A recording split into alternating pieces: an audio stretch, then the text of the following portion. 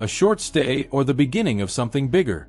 Lonnie Walker has burst onto the Celtics scene, and his performance in the last 2 preseason games has left many asking, why isn't he on a guaranteed contract yet? Amid the team's salary cap limitations, his future in Boston might be uncertain, and that's the biggest question hanging over the player's future with the team. An immediate and surprising impact. In the first 2 preseason games, Walker showed that he's ready to make a serious contribution. Even after a more modest performance of 9 points in the second game, he exploded against the Toronto Raptors, scoring 20 points on 8-15 shooting from the field and 4-9 from 3-point range. With numbers like that, the question remains, what else does he need to do to secure his place? But the answer might be simple. The Celtics' salary cap is tight, and that complication could mean that by the end of the preseason, Walker could be headed to the main Celtics or even to another team. The performance is there, the desire is there, but will there be room on the main roster? Exhibit contract or G League bound? Walker signed an Exhibit 10 contract with the Celtics, a type of non-guaranteed deal that allows a player to compete for a roster spot during the preseason. These contracts typically lead to the player being waived and joining the G League affiliate team. The main advantage of this type of deal is that it doesn't count against the salary cap, which is crucial for a team like the Celtics, who are already far over the limit. But Lonnie Walker isn't just any player looking for a spot. He's already proven his value as a role player in the NBA for several seasons, and his entry into a prove-your-worth contract with the Celtics was a shock to many in the league. Walker wants, more than anything, to contribute to a team with real title chances, and so far, he has shown that he can make a difference. The weight of $11 million. If the Boston Celtics want to convert this temporary contract into a guaranteed deal, they'll have to shell out around $11 million. This is due to the tax multiplier the Celtics are facing. Currently, for every dollar they pay in salaries, they owe $3.75 in taxes, according to Keith Smith from Spotrac. This number would rise to $4.25 if they decided to sign Walker. In other words, his $2.1 million veteran minimum salary would cost nearly $9 million in additional taxes, bringing the total cost to about $11 million. There are options. One possibility would be to make a trade to create salary cap space, such as sending Jaden Springer to another team. Another alternative would be to keep Walker and have Brad Stevens try to reduce the payroll by the trade deadline, when contracts for players like Luke Kornet, Xavier Tillman, or Neemias Queta become eligible for trade. But is it worth it? For a team already investing over $250 million in salaries this season, adding another $11 million for a player who would realistically occupy the 12th or 15th spot on the bench seems like a risky move. Additionally, the focus at the deadline should be on improving the team for a deep playoff run, not necessarily adding a marginal player. At the moment, it seems unlikely that the Celtics will shake up the roster to fit Walker in.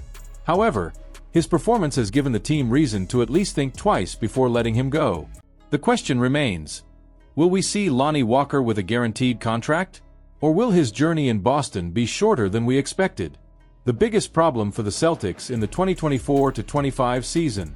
The Boston Celtics are ready to enter the 2024-25 season with one clear goal: to win consecutive NBA championships.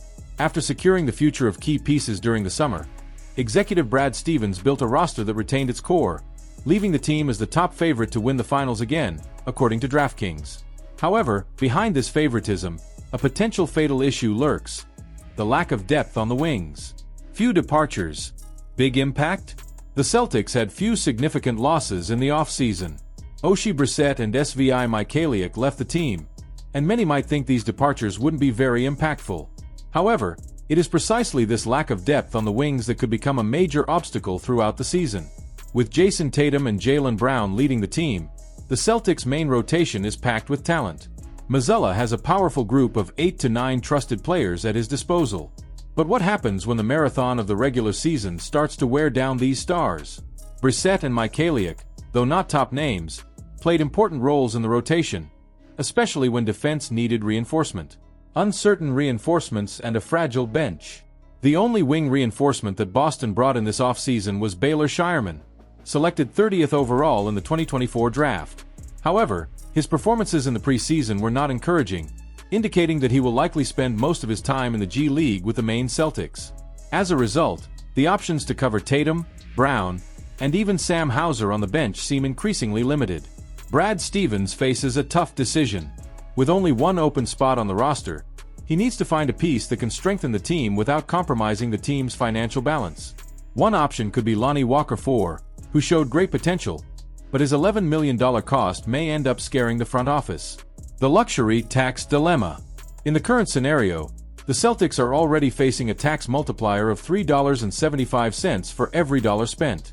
If they decide to keep Walker on the roster, this number would jump to $4.25, which would add millions in penalties to the team's expenses. For a player who would only be a deep rotation piece, is this investment worth it? The answer is delicate. Additionally, the Celtics are in the second tier of the luxury tax, meaning that leaving this last roster spot open until later in the season could save the team millions in tax penalties. The problem is, by doing this, the best available free agents might already be signed by other teams by then. Brissett. The simple solution?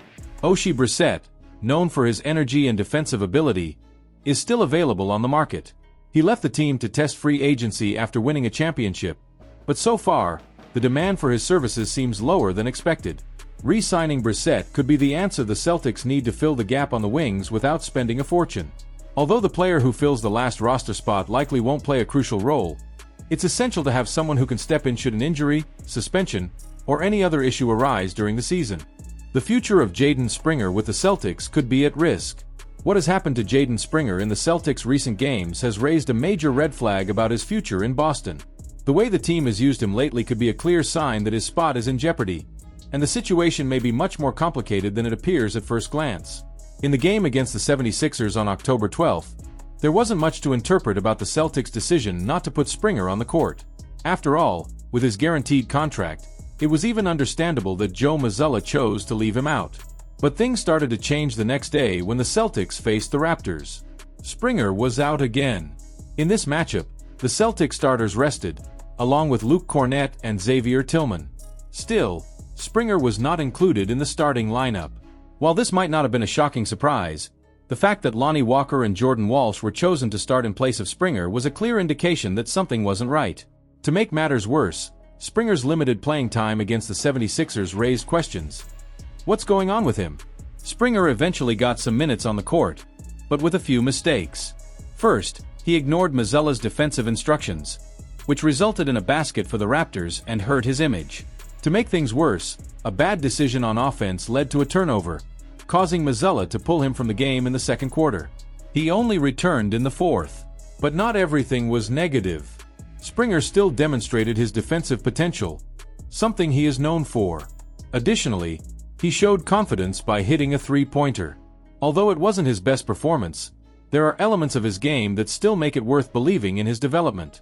Is his spot at risk? Given this scenario, it's inevitable to consider that, despite his guaranteed contract, Springer's future with the Celtics is becoming more uncertain.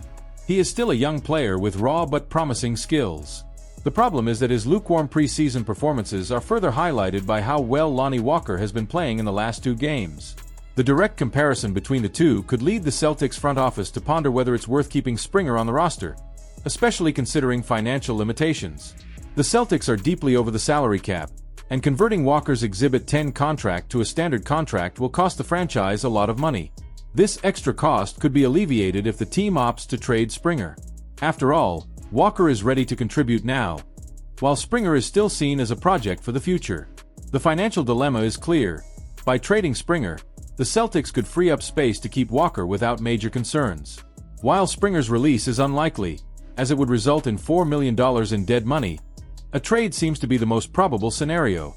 The end of Springer in Boston? Springer still holds value on the market.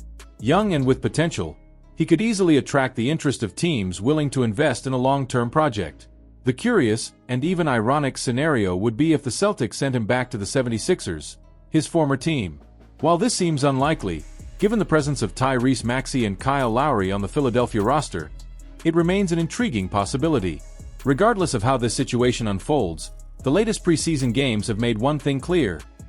Lonnie Walker has gained the trust of the Celtics coaching staff in a way that Springer has not. Springer's guaranteed contract may keep him on the team for now, but if the Celtics truly value Walker enough to give him a role in the rotation, Springer could end up watching everything from the sidelines. In the end, this isn't exactly a criticism of Springer, but rather a reflection of the high cost of keeping a championship team together. If it weren't for Walker, No one would criticize the Celtics for continuing to develop Springer. But since Walker has the potential to make the current champions even harder to beat, giving up Springer to keep him isn't an easy choice, but it might be necessary. Hey Celtics fanatics! What do you think of this news? Leave your opinion in the comments, as it's highly valued.